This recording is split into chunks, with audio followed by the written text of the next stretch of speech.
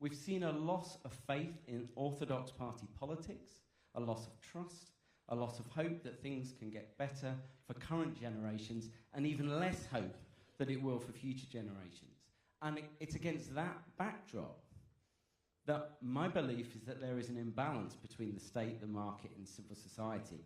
That if we carry on as we are, we will not meet the moment, either now or in the decades to come, unless we embrace the prize that is on offer today, where effective cross-sector partnership working can realise the full potential of civil society to drive further health creation, skills development, and economic growth. And if you just look at health, and I'm sure you're going to hear this from the Secretary of State for Health and Social Care later, the NHS is pushing towards half of all state spending, and we have to shift care from hospitals to local communities and embrace a neighbourhood health service. But it can only be done sustainably if we unleash the power of community organisations, social enterprises and specialist charities of all sizes, as well as encouraging acts of kindness, such as volunteering, to reduce loneliness and support long-term care needs. The market can't reach all corners, and the state's firepower is constrained. No single organisation or sector can solve these problems and challenges. But our communities are filled with hopeful, determined, resilient people making the lives of their neighbours better. Remember what we saw in COVID, a nation of neighbours supporting each other, with businesses enabling volunteering, the state partnering with community leaders and mutual aid groups. As a country, we showed the best version of ourselves, and that gives us a template for what an unbridled civil society could look like. And that is the prize that is on offer today. And I know how tough it is for many of the organisations in this room and out there across the UK as well, particularly small community organisations and charities of all sizes. And that's why we can't tinker around the edges, which brings me to my last point. While recognising the constraint on the public purse, we need a new approach to public sector delivery with an improved commissioning environment. That is not about saving charities or protecting them for their own sake. It's about delivering the best possible outcomes for the people that we all serve. And that also means embracing new forms of financing. Hence why the work on the impact economy is so important. Driving sustainable solutions and resilience by embracing innovation and turbocharging philanthropy. Now is the moment to invest in this new way of working, empowering our neighbourhoods and communities, using the underpinning of the covenant to its fullest, undertaking a concerted effort to recover trust in democracy and deliver economic growth. And we simply can't waste this opportunity. Today is the start of ensuring a stronger civil society that plays a more profound and consistent role in our country for everyone's benefit. This is the positive vision of the future that I think we should seek, a nation of neighbours, where people are in a good place and supported by a strong civil society. And we are here to play our part in that as a foundation. And I know the government is also, which is why it's such a pleasure to welcome to the stage the Secretary of State for Culture, Media and Sport, Lisa Nandy.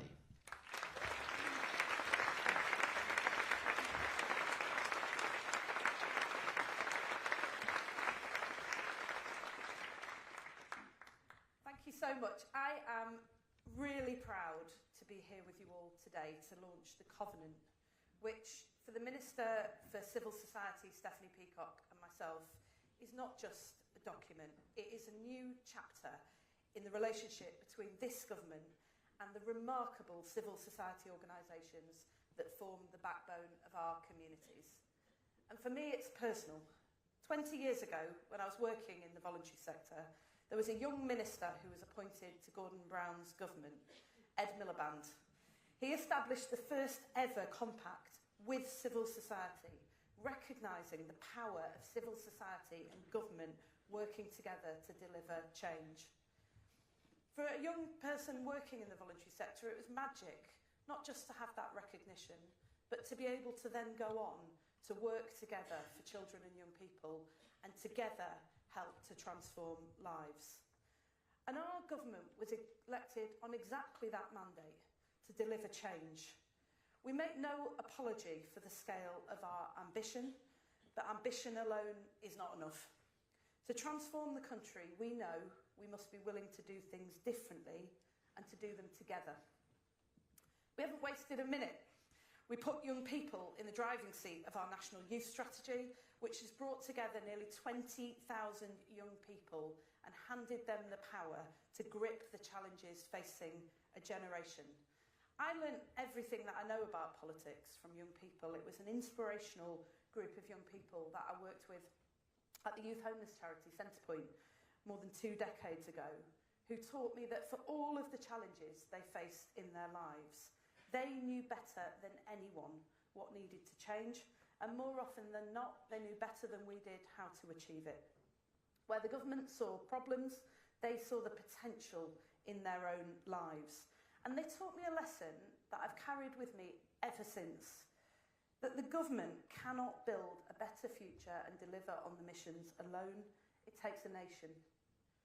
The story of our country is exactly that. It's the story of ordinary people who come together to do extraordinary things. And we really believe, as a government, that when you hand power to people who have skin in the game and a stake in the outcome, they build a country that works.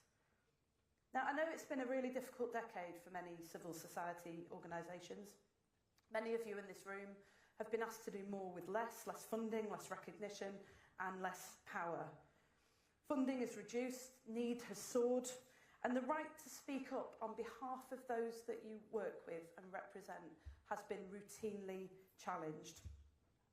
And all at a time when we've become more fractured, more fragmented, and more divided than ever. At times I feel we've lost the ability to understand one another. It's cost us time and energy at a moment that could have been spent rebuilding our country and changing lives. And if we're serious about a decade of national renewal, then civil society must be heard, not just at the margins, but at the heart of decision making. You have a powerful voice on behalf of some of the most marginalised and discriminated against people in this country who belong and have a contribution to make to the future of our nation.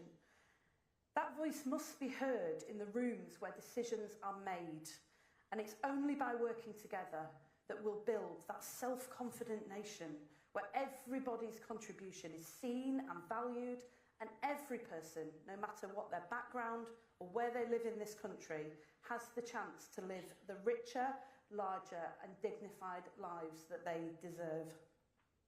We know that so many of those decisions take place not in Whitehall, but in the Town Hall, and that's why I'm particularly delighted to be announcing today a new local covenant partnerships programme to ensure that power is shared with communities across our nation.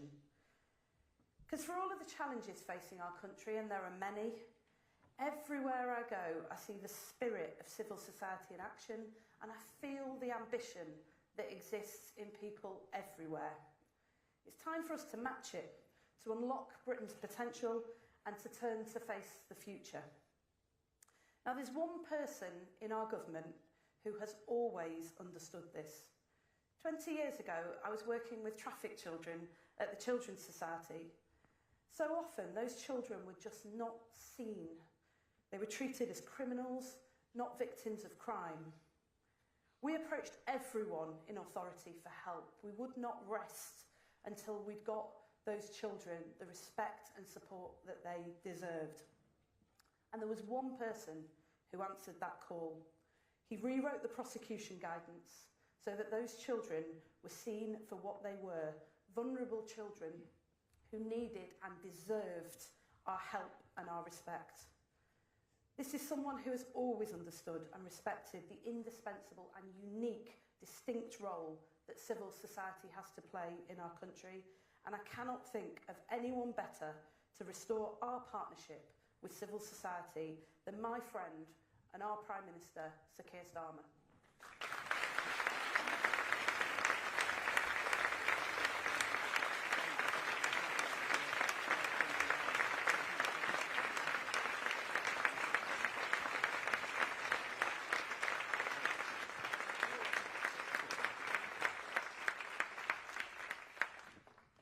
Thank you very much, Lisa. And when she said she wasn't going to let it lie when I met her all those years ago, she was absolutely right about that. And the passion and energy, Lisa, that you bring to this, I think speaks volumes, and everybody in this room can tell how much it means to you. And it is fantastic to be with you all as I look around, seeing many friends and colleagues. Great to be here as well at the Science Museum, which I have to say feels like a fitting place to be today, because this is the home of innovation, celebrating the progress that's transformed so many people's lives, and in a way speaking to us, calling us, and inspiring us to do the same today.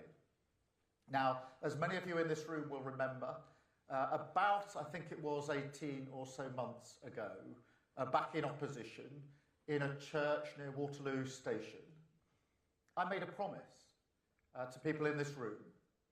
I said that if Labour was elected to govern, we would work in partnership with you to deliver on every one of our missions and change the country together. I meant that back then. And the moment I walked through the door of Downing Street, our work began. And that door is now wide open to you. And today's summit is the first of its kind ever. And that's really important. That's really important. Because this is about delivering the priorities of working people. But it's also about something, in a sense, even more fundamental than that. Because I often say that the changes we're making aren't just about sort of lines on a graph and statistics. They're about people. And you understand that better than anyone else. Take the Drive Partnership. Now, this is a fantastic initiative led by a coalition of civil society organisations. Now, they've worked with the police to tackle the drivers of domestic abuse, a really serious issue, hard to deal with. And that is integral to the work that we're doing in government in our Safer Streets mission.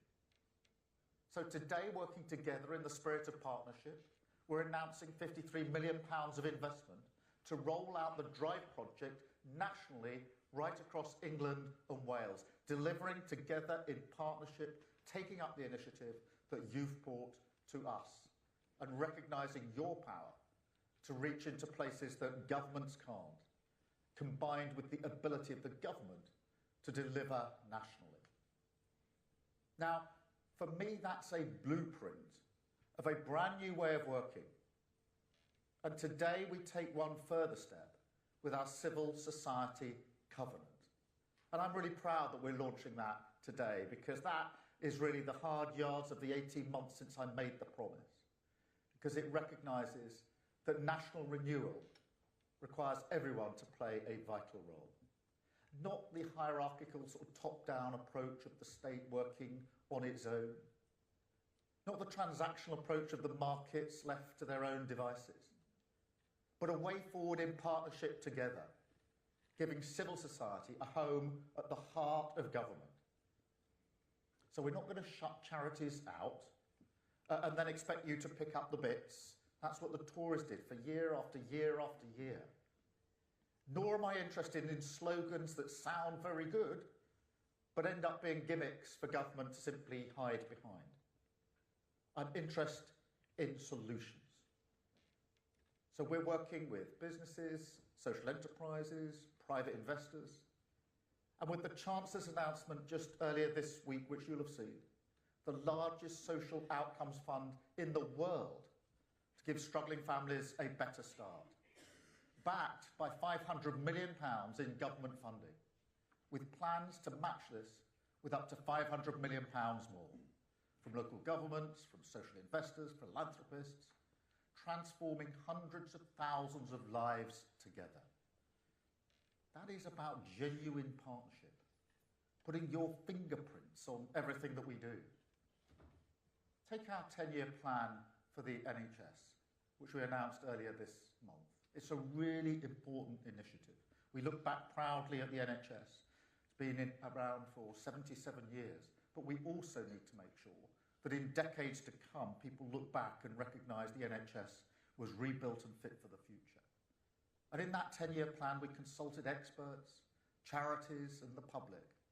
So every person, no matter who they were or where they're from, can get the treatment that they deserve. Look at the incredible work of charities already. Day in, day out, on the front line, delivering real change where it's needed most. So I'm proud to announce an exciting new partnership between government and civil society today. Diagnosis Connect. Now, this will transform the way we work together. Now, this is a new programme linking newly diagnosed patients directly to expert charities, helping them navigate which charities they can get to, which support they want, a different journey for each of them. Very hard to make that journey at the moment. And that's life-changing for people, looking for information and support, often at a really difficult time. Now, that's putting your expertise directly in people's pockets with the NHS app. So that's going to go on the NHS app, which is a central part of our plan, and then people will have it as their map to the support, to the charities that they need when they've been diagnosed. What a comfort and security that will be for so many millions of people. But I believe that good relationships need to be honest relationships. We won't blindside you with public attacks like the last government did. We need to be honest about the issues that people care about and expect us to tackle. Have the tough conversations on issues like migration or social cohesion, our security as a country. These are issues where politicians have often chosen to stoke division instead of bringing people together to fix the problem. Now, we know the damage that does to our communities. So when it comes to issues like immigration, we are working differently, strengthening our border security and tackling fraud, working with 72 local organisations as we transition people to a digital immigration status to make sure vulnerable communities aren't shut out of that transition, and working with community groups to train young people in the skills that we need, to reduce our dependence on overseas recruitment. Together, we'll build stronger communities, a fairer system, a better society for everyone. And most of all this is about rebalancing power and responsibility. Because I remember, and I suspect you do, when the Tories said that people were tired of experts. Let me tell you what I think people are tired of. I think they're tired of establishment figures who don't listen to them, who don't understand the challenges that they face, tired of being excluded from decisions about their own lives, tired of being treated like their experiences don't matter. And they're the people this government is working for. Something I often talk about is the people I have in my mind's eye, because politics is about policies, it is about numbers and statistics, but most important, in a sense, it's about who do you have in your mind's eye when you make your decision. And I think of the people up and down the country who serve every day, who put in every day, often unseen, but absolutely irreplaceable. So this is an opportunity to say to each and every one of you, and through you to your organisations, thank you. Thank you for what you put in on behalf of others. To those of you that I know work tirelessly to make Britain a better place. And to say that we're keeping our promises. We said we would work differently, and we are. We promised we would listen to you, and we have. Those initiatives we're announcing today, they came from you, not us. We put them into something which works in partnership. We said we'd deliver together, and we will, to build a society of service, bound together by our common values, and finding new pride in our country and our communities. Thank you so much for being here. Thank you for everything you're doing. Have a wonderful day. Thank you very much indeed. Thank you.